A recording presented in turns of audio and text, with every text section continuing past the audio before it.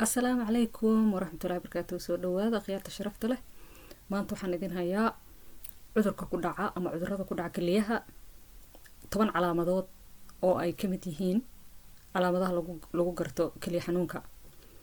Number 1 waa lugaha oo ku barara, lugaha ayaa ku barara. Number 2 jirka oo ku cuncuna, jirko dhan oo ku cuncuna oo adoo isxoqaaya, jirko dhan oo ku cuncunaya. Number 3 hurdo la'aanta, waxaad noqonaysaa qof hurdo la'aan ah.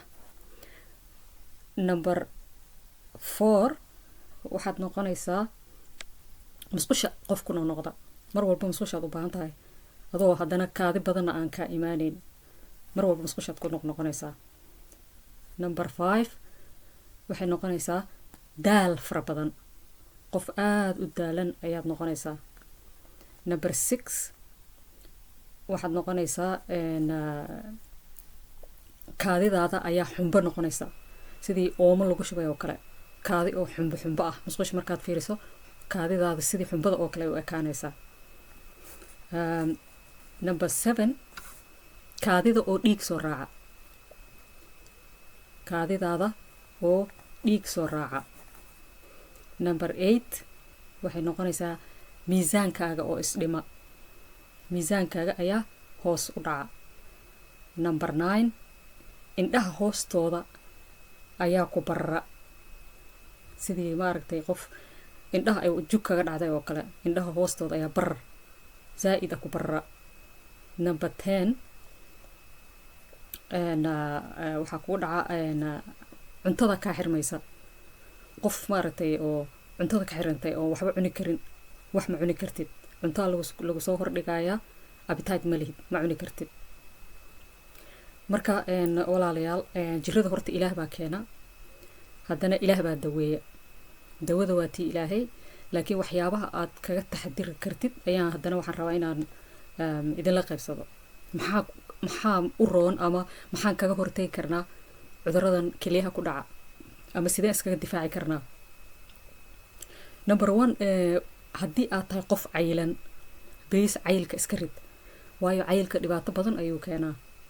marka haddaad tahay qof cayilan, please isku day inaad cayilka iska ridid. cayilkana wuxuu ku dhaco saa isaga ridi lahayd, ama gym gal, ama cuntada iska yareey, sonkorta iyo waxyaabahan maaragtay kaloriga badan ee burka iyo baastada iyo waxaan iska yareey. haddaad tahay qof sigaar caba, dadka sigaarka caba badanaa sigaarka dhibaato badan ayuu u keenaa, ay kamid tahay keliya. haddii aad tahay qof oo blood pressure leh, oo dhiiggiisa dadka pressureka qaba haddaad tahay, ku dadaal inaad mar walba dhakhtarkaaga uu kula socdo oo la kontroolo, pressurekaaga la kontroolo, ama dawaha qaado, ama maaragtay exercise samee siduu adiga dhakhtarku ugula taliyo.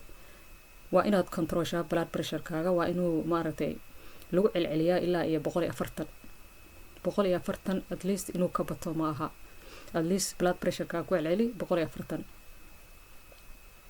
haddii aad sonkor qabto sidoo kale, dadka sonkorta qabana iyaguna aad bay halis u yihiin inay maaragtay kidney disease ku dhaco. marka haddii aad sokor leedahay, sokortu kaliyaha way dhaawacdaa. dhakhtarkaaga la xiriir mar walba, halala socdo sokortaada sidii loo yareyn lahaa. iyaduna waxyaabo badan oo sokorta exercise uu kamid yahay, iyo waxaan soo sheegnay haddii aad sigaar cabaysid, sigaar iska joojisid. haddaad cayilan tahay inaad cayilka iska rido.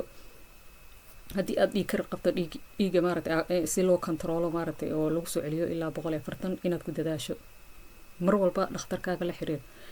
okay, maxaa marka oo aad isticmaali kartaa haddii aad waxaan isku aragto, ama xataa si maaragtay taxadir ahaan aad uga taxadiri kartaa waxyaabahan. badanaa kaliyaha dhaawaca kaliyaha ku dhaca, ama cudurada kaliyaha ku dhaca waxa keena waa sidii aan videogii hore ama cajaladii hore aan soo duubay haddaad daawateen ay idinku sheegay, sunta badan ee bani aadamku uu isticmaalo ayaa kaliyaha dhaawacda. waayo kaliyaha waa organka kaliya ee nadiifiya dhiigeena ama waxyaabaha aan cunno. marka haddii suntu ay nagu badato, kaliyaha dhaawaca gaaraya. marka suntaas maxaa uga taxadiri karnaa, ama sideen u nadiifin karnaa kaliyaha? waxaad samayn kartaa biyo iyo liin.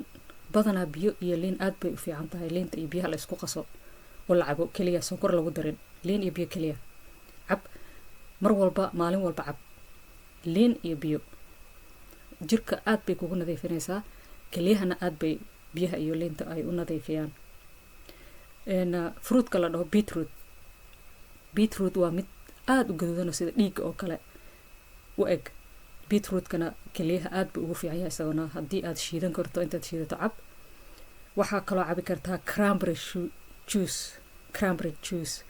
cranberry juicena aad buu ugu fiican yahay kelyaha iyo maaragtay urine infection iyo waxaas aad buu ugu fiican yahay cranberry juice iyo adigoo maaragtay iska joojiya sunta completely waxyaabaha maaragtay sunta ah saan soo sheegnay sonkorta waa sun waxyaaba badan oo jirkeena u daran oo iska isticmaalnaa jira sida take awayda oo kale dadka take awayda maalin walba cunaa sida jibiska waxa la dubay maaragtay waxyaabaha la dubo jirka sun ayay ku noqdaan oo way isku bedelaan markaad cunto markaas iska yaree take awayda badan iska yaree smokinga iska yaree cayl hadduu ku saariya caylka iska deji biyaha iyo liintana badso iyo beetroot iyo cranberry juice waxyaabaha maaragtay oo jirka nadiifiya xataa biyo maaragtay shaaha badan iyo sokorta badan xataa ma fiicna waayo acid bay leeyihiin waxyaabahan maaragtay sokorta ku jira acid bay jirka ku abuuraan marka kelyahana way dilaan marka si aad kelyaha aad u nadiifiso please biyo iyo liin ku dadaal